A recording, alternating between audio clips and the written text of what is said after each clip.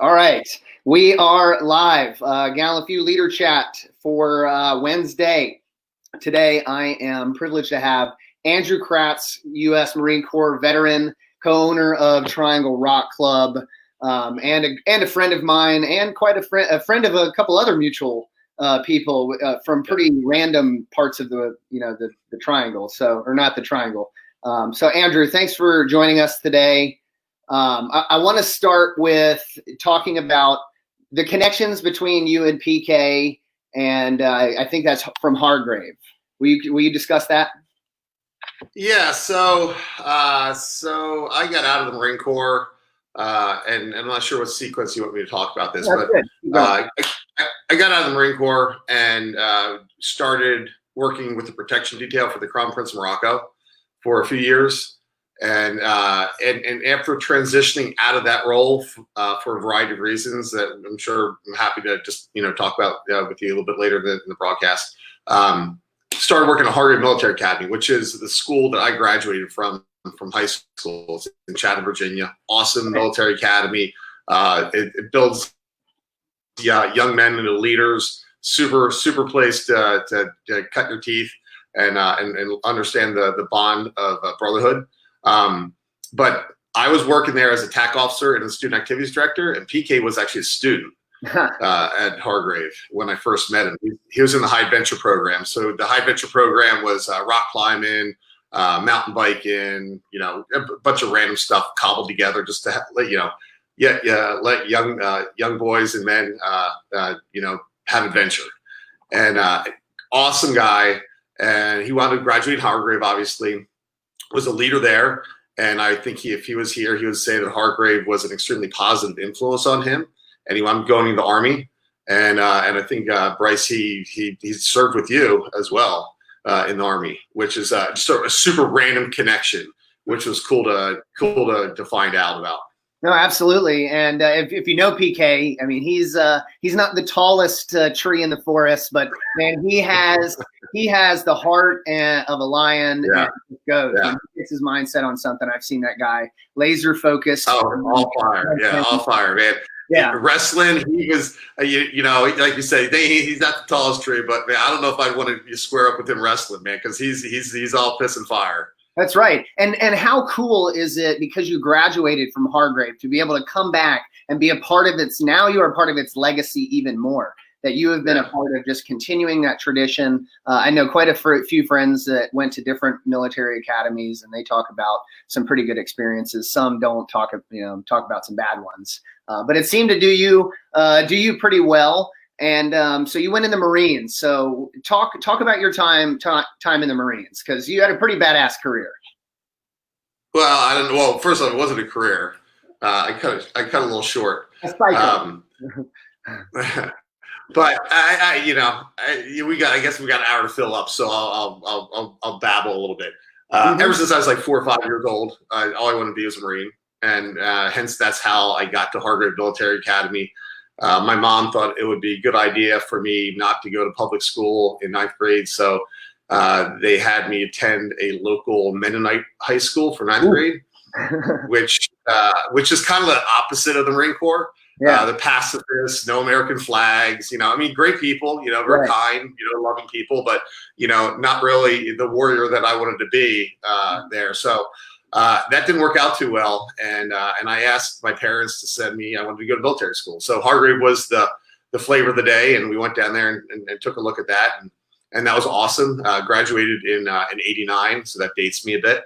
Yeah. And the path was originally going to be the Marine Corps, college, the Marine Corps, and then like fly jets or something, or, I always loved Force Recon, or there's two things. It was either like infantry recon or, F-18s and dropping bombs and providing tasks. So I graduated. I went to a semester at Daniel Webster Aeronautical College up in Nashville, New Hampshire. And at that point in time, that's when Saddam Hussein invaded Kuwait. And back then, there wasn't like a shooting war going on like every day, so it was kind of a big deal at the time. And I was home for summer break. I didn't tell my parents. I just went down and enlisted in the Marine Corps and came back. And told them after the fact, and they when I told them I needed to tell them something after dinner, my mom, she picked up on it right away. She knew That's so hilarious. yeah. So the original plan was I was going to, I was just going to enlist, enroll, do my thing, figure it out, and all I wanted to be is Marine. And I wasn't sure how that career was going to shake out. But once I got in, a couple things happened. One, Saddam quit a lot faster than I had expected, and I didn't get a chance to make it over there for round one, which was tragically disappointing for a young Lance Corporal in the Marine Corps. Yeah, who just dropped out of college to go do this thing. Trust me, I know the feeling big time. Watching your squad walk towards the bird and then go on the first combat jump of the global war and terrorism, and you're just in your tent like sweeping, like, hey, I know the feeling, buddy. Bye. Good luck. Yep. That's it. And then once I got in, there's a program called the MESEP program, the Marine Corps Enlisted Commissioning Program, which allows an enlisted Marine to qualify and go back to college, and they pay for it, they keep you in, and then there's a requirement on the back end for X amount of years of service. I'm assuming that's similar to like the Army's green to gold. Yeah, I think very similar. But the problem I had is once I got in, I got in as originally Mortarman, 0341, 81 millimeter Mortarman weapons company. 2-2 down in Camp Lejeune. I think I just heard half of the nation like grunt, like, yeah, mortars move, yeah. Like, well, I don't know if they picked me out for my size because I can carry a big barrel on my back for a real long time. I have no idea, but it suited me pretty well, and there was really great people that I served with in that unit. But the prospect of going back to college, I realized that most of the jobs in the Marine Corps that are in an officer grade aren't as exactly fun as I thought they would be, outside of flying a jet. Outside of that, I was like, okay, well, that was like going back to college for aeronautics seemed like a world away at that point. So I kind of I didn't apply for the MESA program. I stayed in. Eventually got into reconnaissance, got into a force recon unit, and then when was that? served I with them want to talk about that real quick, because when did you go? Yeah. When did you apply for recon? Like, I applied at 2005. Okay, I'm sorry, 2005. Wait, decades. Sorry, decades are wrong. 1995. Okay, I was off like, by 10 years. Yeah. Okay. Yeah. Yeah, so 95 to 2000, I was with 4th Force Recon Company out of Reno, Nevada, and then we were the det unit at the time, headquarters out in Hawaii, and served with them. Got out in 2000. I had a couple offers on the table to do a few different things. One of them was stay in the Marine Corps, go back in. The second was transferring over to an Army unit. That was pretty sexy at the time. And then the third thing was I had received an offer from a Marine I served with who was running a detail for the Crown Prince of Morocco to come aboard and work with them. And it was a full-time gig. Back then, close protection for foreign dignitary and in less than friendly nations wasn't the standard, and it seemed like a really great, and the pay bump was like massive compared to what I was getting out of the Marine Corps. I remember the first days of it for sure. Yeah. So I took door 3 and rolled with it and served with him for a little over 4 years. We spent a lot of time in Kosovo and Nigeria and a few other places. And this is as a civilian. Yeah. This is a private contract. Yeah. That's what I just wanted to make sure. Yeah, crazy. But I was working with 2 other Force Recon Marines that I knew, so it was like keeping your brothers close. We just make a lot more money than we ever thought we would. Yeah. Oh yeah. So I wanted to rewind up to the reason I asked you about when you went into recon, because that was, we're peacetime at that point. We've just come off the heels of, Black Hawk Down scenario. So the whole special operations world isn't actually, the sexiest community right now in the eyes of everybody. And how difficult was it? Were you just kind of like, I want to go to reconnaissance, and they're like, okay, or did you get pushback? Like, what was that process like for you at that time? It's for Force Recon, there's a screening you take. It's announced. You can go down there. It's a day process. You do the screening. It's variety of things, PFTs, obstacle course, ruck runs, interviews, psych evals, real basic, but it's a one day hit. And then if you pass everything and the unit's interested, then you'll go to the next level and you'll get invited, and then you have to go through the whole training process. At that point, you'll eventually transfer to the unit. Your unit releases you. You get into the company. You go through what would be a reconnaissance and occupation program, a RIP program, and then that rolls you into BRC, the basic recon course, or amphibious reconnaissance out of Little Creek, Virginia, to kind of pipeline you through the recon piece. And then, unlike like SEALs and some of the other folks, we don't have the slots to pipeline you. So you don't start, at least back when I was in, you didn't start at A and then roll right through all the way to Z. You just like picked up A and B, and then you went to your unit, maybe did some deployments or some ops, and then eventually you picked up airborne, eventually you picked up combat dive, eventually you picked up SEER. You kind of scab it all together over the course of a number of years. Yeah, so you had to really want it. That's the bigger part of it. Like think about, did you have people that like you knew or you remember that maybe started the pipeline with you that were like, just didn't follow through at a certain point? They got caught up in their career or anything like that? No, I mean, once you kind of get in, I mean, you're with the people that are going to make the journey with you. Okay. And the Marine Corps is good at, when you go to BUDS, the folks who go to BUDS are, and I'm probably stepping outside my leg here because I've never been to BUDS, but, you can basically come off the street, sign a contract, get tricked into signing a contract, and you show up and, go through your little Navy boot camp, and then you're at BUDS. Correct. You have no real screening, right? By the time you get to reconnaissance, you've been through boot camp, Marine Corps boot camp. Yeah. The only two MOSs for recon are infantry or communications. So, so you've been through School of Infantry, Marine combat training, you've gone through selection, you've gone through all the basic stuff. So there's a high level of vetting and screening before you even get to recon school. Yeah. It's changed a little bit because recon's a primary MOS now in the Marine Corps, so you can actually pipeline now. But when I was in, it was a secondary MOS, and there was a very convoluted path to get to where you wanted to go, and it didn't always work out. But by the time you got to a lot of these top tier schools, you're sending Class A candidates down there. You're not sent. There's no scrubs sent to these schools. Sure. And there's still a washout rate. I mean, combat dive. I know when I went to that course down in Panama City, Florida, we had a class that started with probably 30, and I think we graduated like 14. And everybody was a stud that went into it. I mean, I don't know how they dropped half the class, but it happened. Yeah, no, it's crazy like that. I can only imagine, and that's what also honestly scares a lot of guys off, because you're just a needle in a stack of other needles up there in those courses, and the attrition rate is high. But you got to look, man, that's a really steep curve to compete with.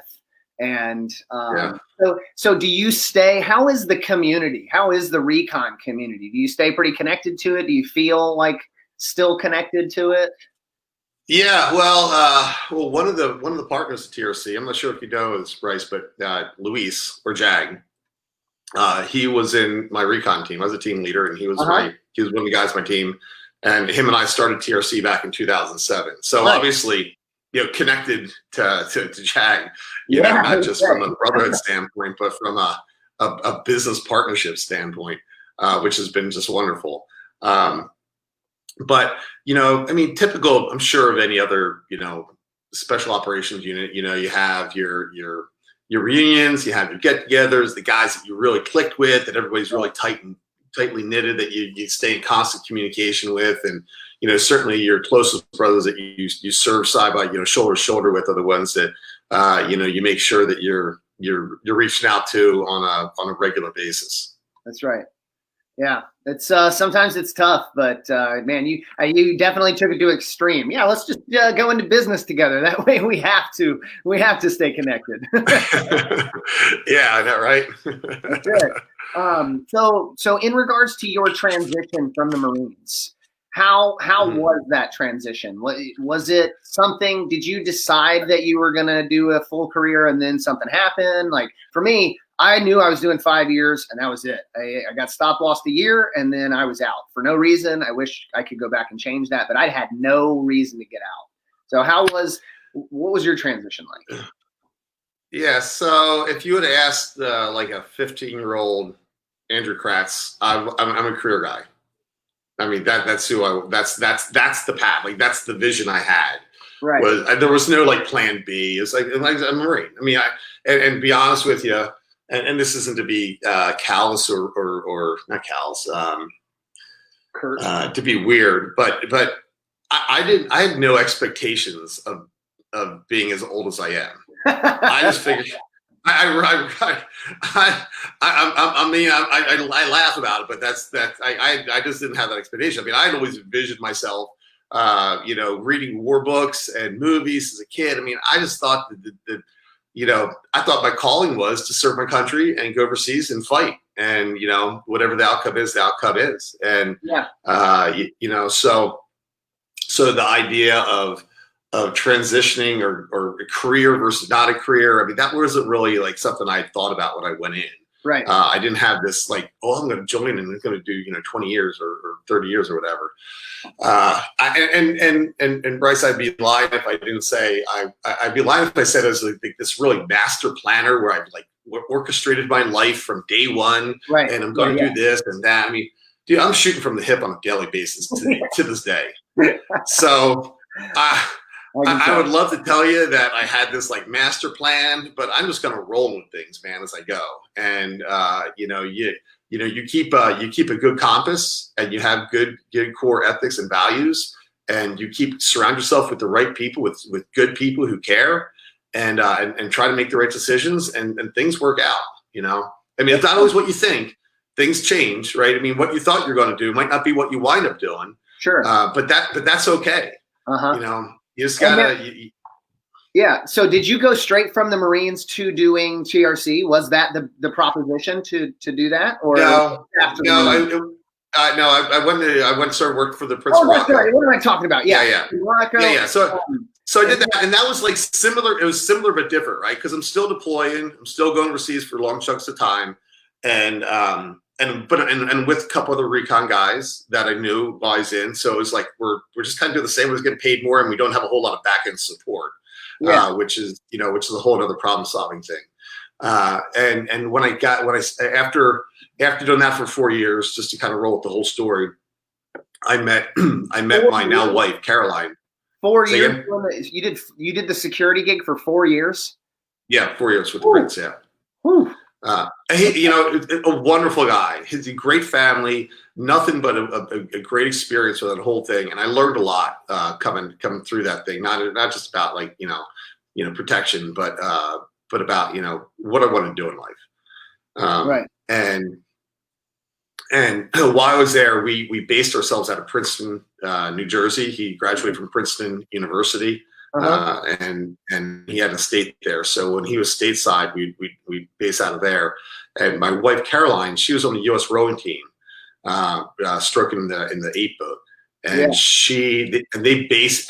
they use the Princeton facility to train. So I met her at the university. First introduction, we kind of knew where we were going with this whole relationship thing, and me working with the Prince and rolling for long periods of time overseas, as you know, as we all know, is not a relationship enhancing occupation being gone all the time. Not at all. So some decisions had to be made on, again, what I wanted to do with my life, and continuing down that path wasn't really something that I saw was sustainable. So, this kind of rolls into the TRC thing. So the next step then was, what do I do for a living? Because, I kind of joke about it, but the only two things I really care about and knew what to do is like shoot things and climb things. I mean, outside of that, my big 1 semester of college isn't really going to carve me up an awesome job somewhere in the workforce. Right. And honestly, I'm too stubborn and unemployable to work for anyone else but myself at this point. This is true. So I started putting together a business plan for outdoor guiding. which to me would that mean I'm an outdoor climber. Yeah. And the prospect of starting a business as a guide and eventually growing that and having a couple other guides on board and doing that as an occupation seemed exciting, fun, and at the time I thought it might be it might be financially viable. Right. So put together the business plan, started working my way through all the AMGA, the American Mountain Guide Association certifications, the American Avalanche Institute, their stuff. And along the way through these courses, I was going through these courses with a lot of folks who were actually currently guides, working for Jackson Hole Mountaineering or Rainier Mountaineering or et cetera, et cetera. Right. And there's a couple things that I had a realization on during this process was there were a lot of really talented climbers that were actually employed guides that were way better than me climbing, and I like on levels I would never attain.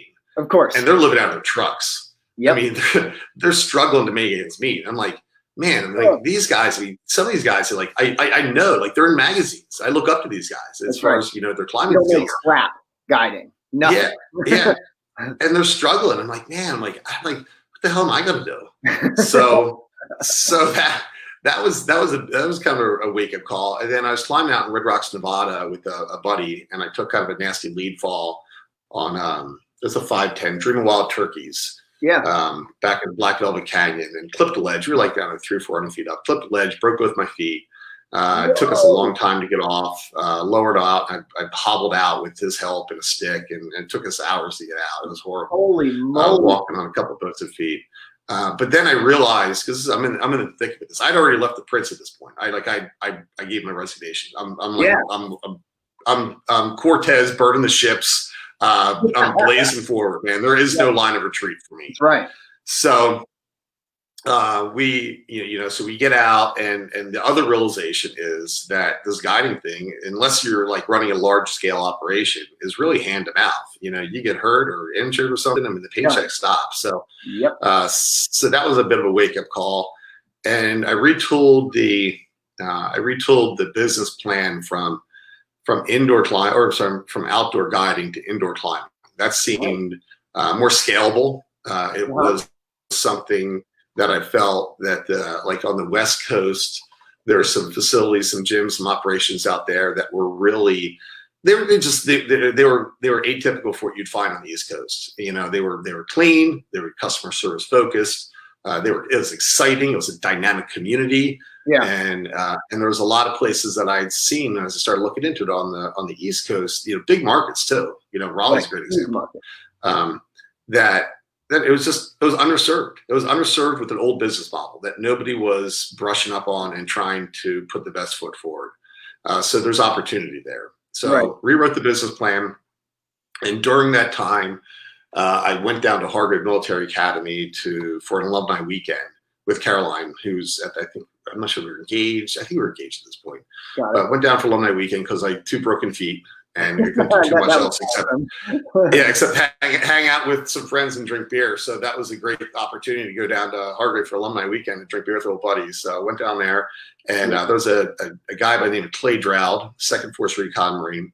He was the alumni director. Never met him before, but we knew a ton of the same people. Obviously, small community, and by the end of the evening, he was like, "Dude, you want a job down here? We would love to have you." And I'm fresh off broken feet and trying to figure out what I'm going to do now that guiding isn't probably going to be the viable option. Right. So took him up on the offer. I committed to Colonel Baker, who was the president of Hargrave at the time, that I could do 3 years with him. And I spent those 3 years really retooling the business plan from this outdoor to this indoor concept, doing a bunch of market research, and it was really beneficial. And going back to the transition piece, which you talked about earlier, what I didn't realize at the time, but I can look back now with 2020 hindsight, is, when I got out and then started running with the Prince, with a couple other Marines, it was just the same flavor, but different person signing the paycheck in a lot of regards. Right. It was. And the 3 years I spent at Hargrave, looking back on it, it was like, I've recalled, it's like, it's like a rocket thrown in a fast moving stream. It rounded the edges off me. I had to work with kids. I had to talk to parents, talk to administrators. Yeah. And I mean, those were, the person I was day one when I started working at Hargrave, the person I was when I exited, I was a much more, I got rounded. Yeah. I could communicate with people without coming across like a jerk. I was, I understood customer service was a thing. There were people that you couldn't just tell what to do. Like you had to bring them aboard on and get them psyched about it. Right. And a lot of those lessons I learned, unbeknownst to me during those 3 years were, very important pieces to getting the business started back in 2007 in Raleigh. Absolutely. And as a member of Triangle Rock Club, I think that shows, and I think you have applied those principles to Triangle Rock Club. And I can't speak for many other gyms. I mean, I've climbed at other gyms around the country, but I haven't experienced them like Triangle Rock Club. And the reason I say that is because it is an experience to be a member of Triangle Rock Club, from the random food nights and the demos and the member fest and the contests and just the different things that, like Paul with programs is trying to get the leagues going, that, they're not the like perfect solution, but there's something to like pique people's interest and, just the messaging and everything that everybody does. I really enjoy it. I was really anti-gym when I first got climbing. Thankfully, somebody took me outdoors first to pilot actually, and threw me off the parking lots there. And that's when I really fell in love with it. But I would, when did climbing start for you? So the way I'm going to describe this is my disclaimer. This is not the way to become a rock climber. I love it. Oh, that's great. All right. This is my disclaimer. So rock climbing seemed like a thing to do. It was exciting. It seemed exciting. I didn't know a lot of people who did. I do not know anyone who did it. Yeah. But it was one of those things. It was just like mystical. Like, oh, you're a rock climber. And like what time frame is it? 90s, 2000s? Okay, so this is a lifetime ago. So this is like 1991, 92. Oh yeah. Yeah. I mean, I'm like, dude, I don't know what the hell I'm doing with my life. So Wild. So I bought. No, a little bit later, maybe 93, 94. So I bought a book. I bought John Long's How to Rock Climb book.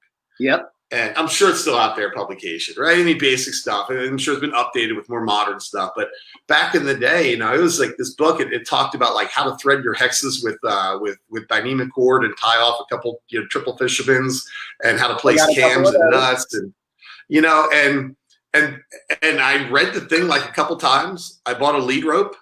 I bought a set of nuts, a set of hexes. Some quick draws. I didn't even buy slings and carabiners, the quick draws because they seem kind of cool. Yeah. And I talked a girlfriend at the time to belay me, who had never belayed before. I just like showed her the, at the bottom of the climb, like, hey, this is how you do it, right? Just if I follow this, hold it real tight. And my first actual rock climb, outside was like a 5-6 lead trad climb on gear. Wow. I had no idea what I was doing. I'm just like, whoa, Where is putting this? stuff out. Where is this? This is out in Arizona. So this is at like a horrible rock too, like Superstition Mountains. It's like petrified mud. I mean, the stuff wouldn't hold even if I did fall. It was horrible. I mean, it was an accident North American mountaineering waiting to happen. That is hilarious. So and you're carrying all passive pro too, which is even better. Yeah, well, I couldn't afford. I couldn't afford the active. That's expensive. I know, that's man. funny. I was broke back then. I'm in the plasma bank, like giving up some of my stuff to keep the lights on. I know. It's crazy. So man, you start there, and that does it for you, eh? Yeah. So I started there, and it became part of my identity. And vacations, my off time, free time, it was all geared around, where am I going? What am I doing? And, Joshua Tree, Red Rocks, the gunks. I mean, I'm traveling and hitting up wherever I can, and it's awesome. And it just became, like I said, part of like all of us, right? Yourself included, right? It become part of your identity. It really does. So what would you say your like top 3 notable climbs are for you? What are those? I guess Area. Well, I'm gonna throw general area. I'm gonna throw a little bit of alpine mountaineering into it too. That's good. Yeah, I've been reading a lot about that lately. Yeah, so I can throw that one in there too. So I guess my top 3 would be Liberty Ridge on Rainier. Okay. I did that with a buddy, Justin Shook. He's an Air Force PJ. Awesome dude. And Liberty Ridge is this route that goes up Mount Rainier, but you've got to kind of traverse around the base, across some glacier terrain, and then up some really steep snow and ice. And it gets you to the burst run up at like 14,000 feet, which is just vertical ice where you're swinging tools and driving ice screws, at like 14,000 feet. And it's an up and over deal. So it's not like you're taking, it's a 4 or 5 day enterprise. Yeah. And you're taking everything that you've got to pack. You've got your stove, your fuel, your water, your food, your tent, your snivel gear, and you're swinging axes and driving screws. It's amazing. You're pulling that stuff up. You're just like as you go. Yeah. You're not hauling it like you are an A climbing. It's like it's on your back while you're climbing. Ooh. And you said so that was. Yeah, it's like because it did 3 to 4. I think it was 3 to 4. Maybe it's 5. On the wall. Because on the wall that long? No. Because you got to go around Rainier. So you have the entry point. You have to go around. That's like a day or 2, and then you bivvy we bivvied at like 13,000 feet, and then you go up, and then the down. You could probably scoot down if you were fast, but we weren't. So we stopped. We stopped at a high camp and did one more extra night on the mountain before getting off. So Liberty Ridge was a really memorable route. Loved that one. I mean, it was just the route and being with Justin. Yeah. Epinephrine out in Red Rocks is another one that I love. It's like 20 plus pitches of 5'8", 5'9", super exposed in Red Rocks, and it just big. Okay. Yeah, big off whisk, horribly painful. It's just agony. It's right up my alley. So it's nothing like fun and sexy where you're like crimping up little holes. It's like you're stuffing pieces of your body in the crack and just wedging it as hard as you can, and your blood's coming down. You're all beat up. It looks like you got a brawl with like 10 guys by the time you get off this route. So that was another very memorable and my top 3. And then I'd be hard pressed not to name the nose on El Cap. Yeah, as well. That story. Yeah, and that was we weren't the fastest. We weren't the fastest show in the town, but we got the job done. That's pretty dope. And didn't you practiced on Looking Glass, right? For like your portaledge and stuff. Yeah, so I'm not real big on like this whole preparation thing. I'm more like just kind of like I said, you just kind of roll with things. Yeah. So we did. So Morrisville Classic, right? Yeah. So we did. Oh, that's right. Myself and Seth, we did 1 day in Morrisville Classic. It was like, and it was a regular. We were open for hours. It's like Wednesday or Thursday night, right? And we weren't like super busy, but so Seth and I went back there, and Craig Berkeley, who was a member at the time, awesome dude, super experienced, big wall climber, A climber. He was a member. He lived locally back then. He's since moved out of the area, but. He was like, hey, listen, I'll give you some of my tricks. So he spent a couple hours with us back in the lead cave while we're open for business, and we're like rigging up the haul bags and doing lower outs, and he's showing us all this how to do all this stuff, and we're scribbling notes or whatever, figuring things out. So we did 1 night at Morrisville Classic, doing the whole lower out thing, and then we went down to Looking Glass, I think the following weekend with Craig. And we did I guess it's Glass Menagerie, I think. But we took ledges with us. We might have been able to get it done in a day, but the point was to actually deploy the ledges and sleep at night, just to put a check in the box for that piece, because we figured we might need that. And then we jumped on a plane and we flew out to California. We freaking rocked it. Yeah, that was all the training. We showed up and we thought we were going to have to get this long queue of people because it was it was in season. Yeah. And we showed up and there was no one on the wall. I mean, there was one party there. So Seth and I looked at each other. We were like, shoot, let's roll with this thing, man. So we went down. We filled up. We had 24 plus 2 gallon. We bought like 2 gallon Mountain Dew bottles. The green bottles. We just dumped everything out and filled them with water, and then duct taped a handle or clip that we could, clip them into. Right. And because we had figured, what do we think? We figured 4 liters of water per person per day. So 2 liters in the morning, and then 2 liters in the evening. Yeah. And I think we planned on 5 days. It was 5 days we planned on. So 2 people, 2 liters, 5 days. So I mean, it's a lot. It's like 80 pounds of water. I've had to carry such amounts of water on my back. Yeah, right. You get the 5 gallon jug strapped onto the back of your pack, right? Pretty much. So that was an amazing experience. I mean, it was amazing. It was 5 days of nothing but focusing on climbing. It was almost spiritual, because if you weren't on lead, you're belaying, but you're looking at what you had coming up next and kind of like mentally rehearsing it as you're like playing out rope. Because with day climbing, we weren't this, like, if you're sport climbing where you're fishing it back and forth, making sure he's got a little, he's slipping, now he's slipped it, now you're pulling it back in. It's like, I've got to pee and you're on lead. It's like you whip out like 15 feet of rope off the blade device and you bait, and you're like, well, if he falls, it's gonna be a big clean fall, but man, he's coming down far. Don't fall for a little while. I'm a little busy down here. Dude, watching Tom Caldwell fall on the breaking the nose record when he fell that 100 feet and they had to like track him as he was coming down. I'm like, oh my gosh. And the commentary that Donald had of him being like, oh man, like, holy crap. I can only imagine, it's got big wall climbing, as I'm starting to understand, is totally, totally different, which I think parallels another community and one of you that you and your wife are part of, the marathon, half marathon, triathlete, ultra, like the communities kind of do this split when they get to a certain level. Like people that do half marathons and fulls and like small Ironmans, they're like this little group. And then there's like the hardcores that do the Hawaiian, the full Ironmans and the crazy events. And like in the ultra marathons, I find the climbing group have similar segregations, if you will, of people to do. Yeah. Yeah. And I don't know if climbing, if it's like I don't think it's a natural evolution. I think there's certain like natural evolutions in the climbing, you go from, this to that to this.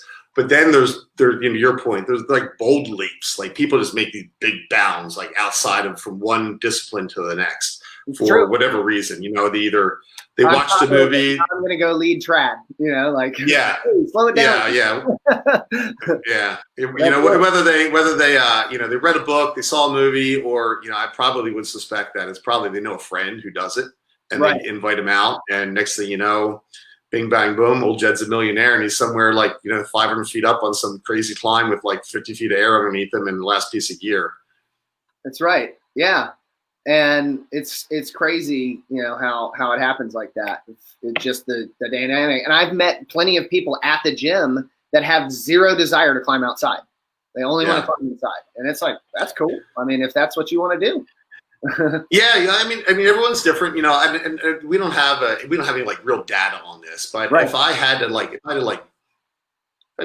take a poke at it, I'd say 80%, maybe 85% of our climbers, our members of the community, will never touch real rock. Yeah. And why do you think that is? Just no access? Like they don't want to invest in the gear, or is it just the lack of trust in themselves to actually know what they're doing outside?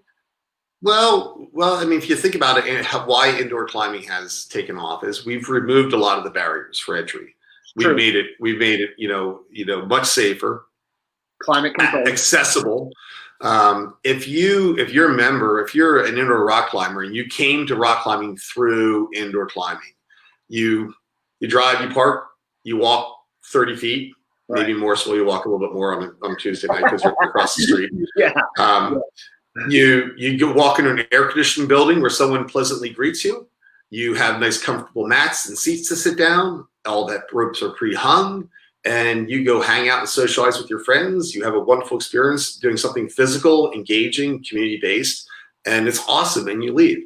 In order to go outside, huge barrier for entry for like knowledge. You need to know someone to do it. Unless you're dumb enough to like buy a book and read it a couple times and then just go out, throw yourself against the rock. Your ex-girlfriend to delay you on the spot. Yeah. Okay. So you need someone for access for that, and you have to usually drive in North Carolina. You minimum you drive a couple hours to find anything substantial. So it's a couple hour drive each way.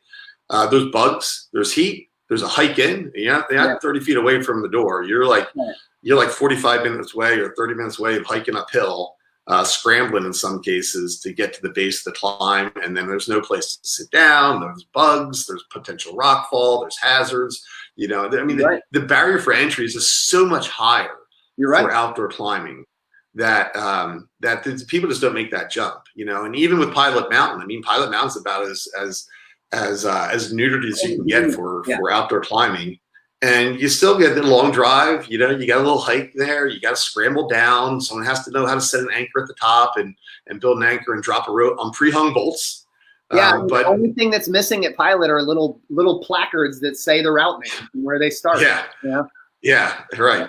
But that's still a real barrier. There's a lot of commitment in order for someone to do that. And I would suspect that if I had never climbed outside before, going to Pilot Mountain, that would be like a real rock climbing experience outside. Like you're going home like high-fiving yourself saying that was the coolest thing I've ever done. That was scary. Yeah. So coming back to this major decision, it sounds like it was a pretty big decision to like swallow your guide idea and convert to this like climbing gym aspect of it. How was that? Because I have found that people that get these ideas, some people that get these ideas of what they want to do, they have these paths, they're so focused on them that they don't have the ability to restructure when they kind of see, like you did, the hand to mouth that was basically the guides were dealing with, and not the long-term security, or at least the longer term security than you were looking for. How was making that transition to the gym idea versus the guide idea? Well, you know as well as I do. You can plan and you can rehearse and you can train for an operation. But one thing's for sure: the second the first round goes down range, the last thing that's going to happen is what you plan for. So maintaining the flexibility in your mindset of understanding that that you're crafting a plan, because you need to craft a plan, right? But having the mindset that you can be flexible in that plan to ensure success, because the goal wasn't to be a rock guide. The goal was to find a career path that I was passionate about that could support my family.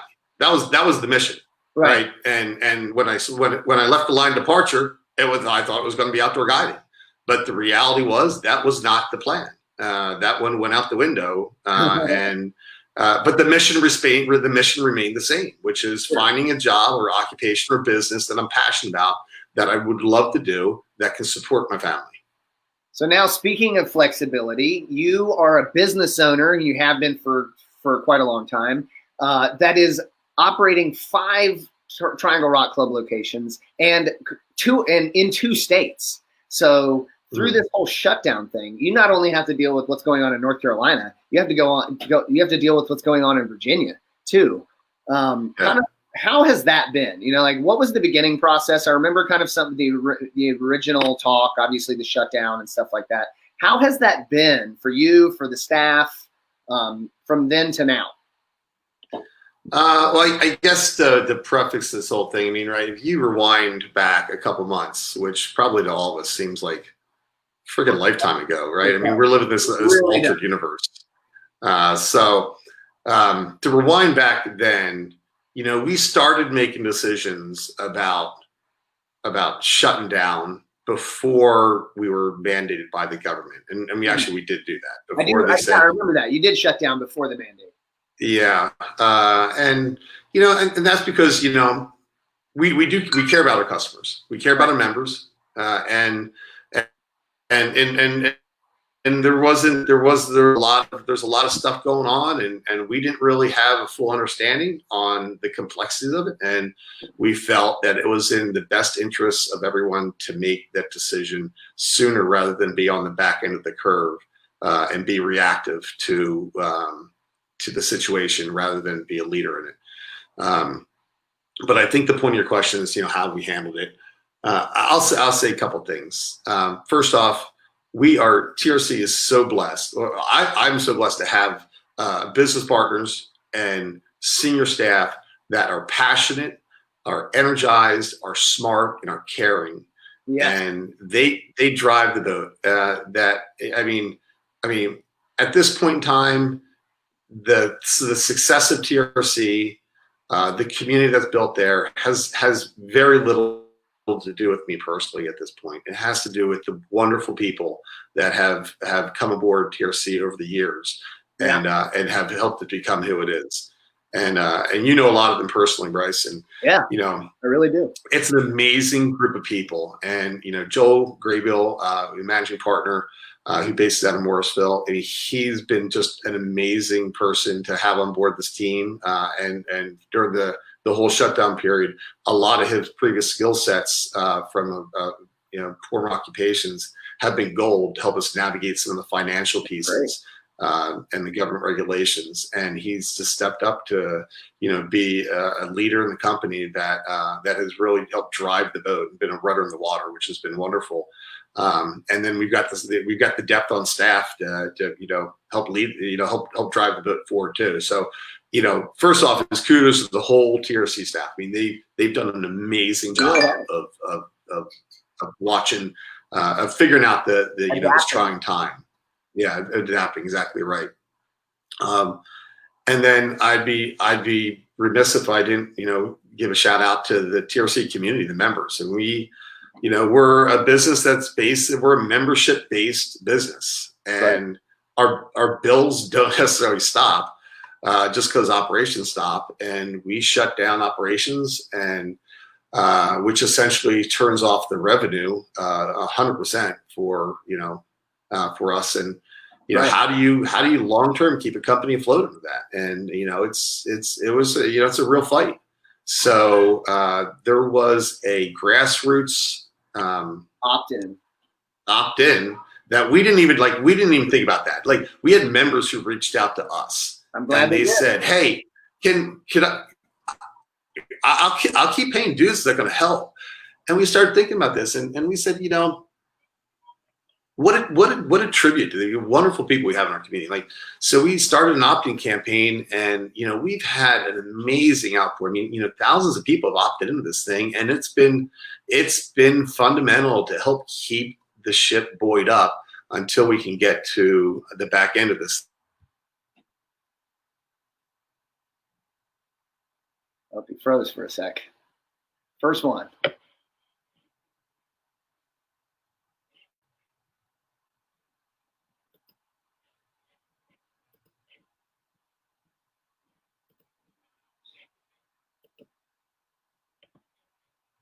Well, if you're seeing this.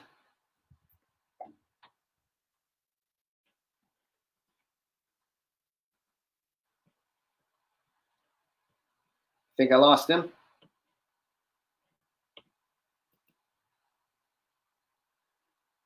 Just gonna be here humming to myself until he comes back.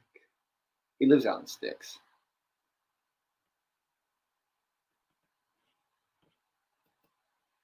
We'll be right back.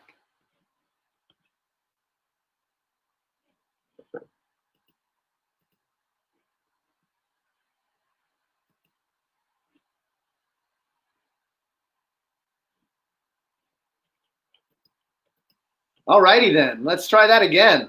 All right, gotcha. Sorry. There we go. Little technical technology. Back live.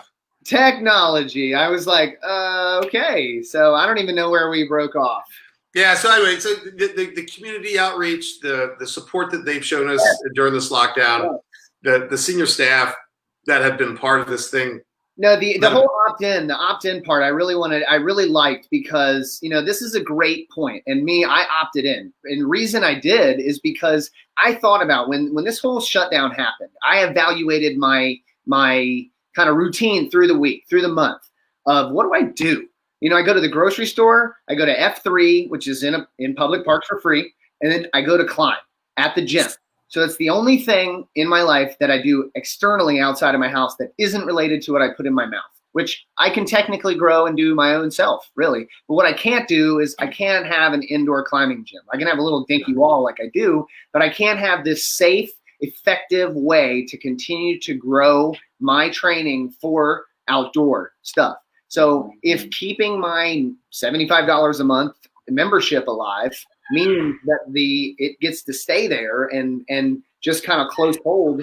And, you know, you guys have done, I can't wait to come back to Morrisville and see the gym. I know you haven't, I know the gym's been working. I know they've been doing things. I mean, seeing Facebook Live, all the different things that Paul's been doing, that Mary's been doing, that Coach Bradley's been doing, like, that's the part where, like, I think, you know, like, it goes back to, you said, you know, you didn't, you know, it wasn't at your hands of what's happened with TRC. I think you bring something, I think all of the members bring this perfect recipe of grit, determination, success, and mindset, that this is the reason that I think Triangle Rock Club isn't in the pictures that we see of these gyms that are closing down because their memberships dried up. You know, I think this is a testament to the people to say, we really care about this place and we want to see it keep going. And I think that's amazing. And I think you should, and all the members and staff should be very proud of a community created like that. I think that shows a lot. And I enjoy it. You know, can't wait for it to be over. Can't wait to come in and climb. But thankful that I know that it'll be there when it's all said and done. And we won't even get when's it opening question, because I'm sure everybody's like, when's it opening? Well, traditionally, I mean, with everything, we like to under promise and over deliver. So I'd be hesitant on giving you a date. Oh, I don't want you because I don't want you to hold. Yeah, because I mean,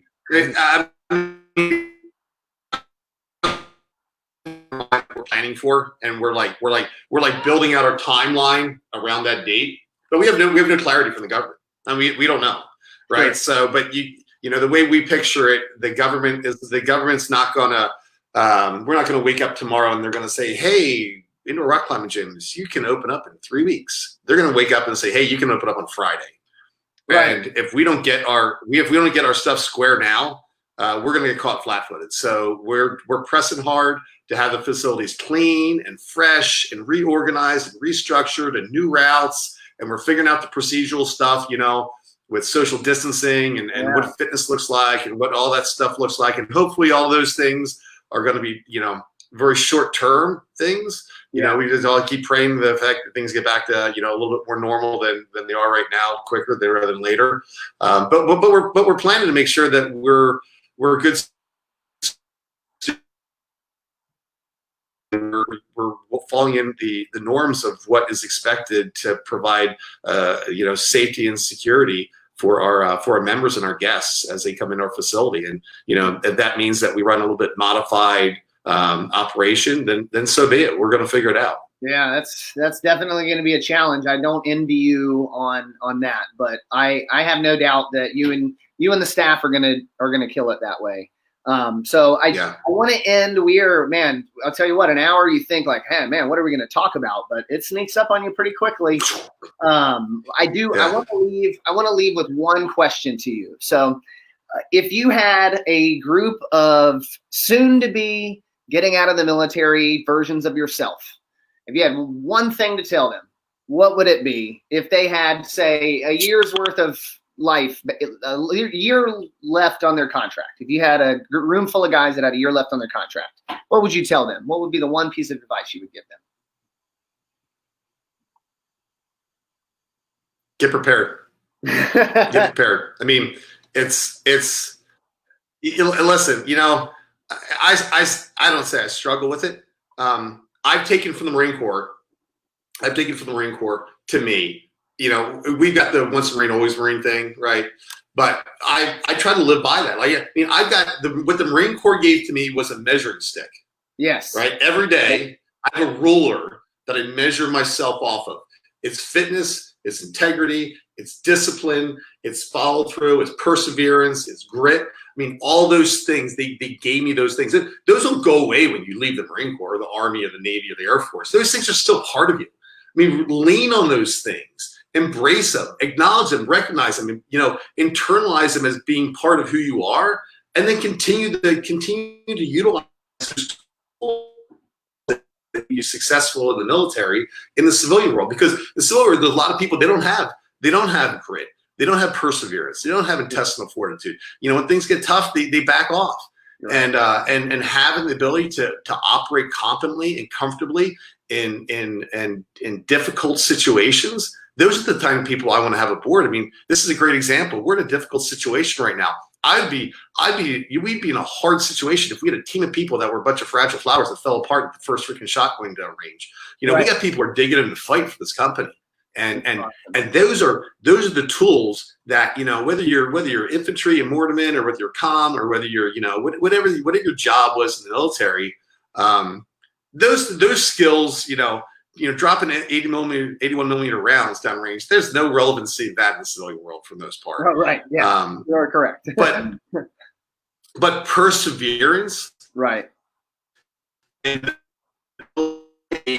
to have confidence in who you are and the leadership that you've learned and you've exhibited in the military. I mean, that's gold in the civilian world. And be confident and capable, and surround yourself with the right people, because it's not you're alone. I mean, just like you don't do it alone in the military, you got a team of people. Find the right team of people that can support you, that are your advocates, that are comfortable with you, that you love, and roll with it, man. I like it. Just roll with it. And speaking of good people surrounding yourself, one person I did forget to mention that we have mutual friends, Greg Lappin. How do you know Greg? So Greg, when I was working for the Prince, that's what I figured. Greg was a connection. There we go. That guy.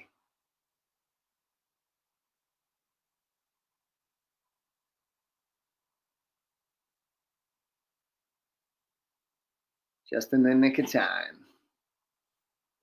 Well, I think we'll end it here. Technical difficulties have us wrapped up. So thank you guys for watching. Remember, we're doing this every Wednesday with GallantFew Leader Chats right here on Facebook Live. So thank you, everybody, for watching.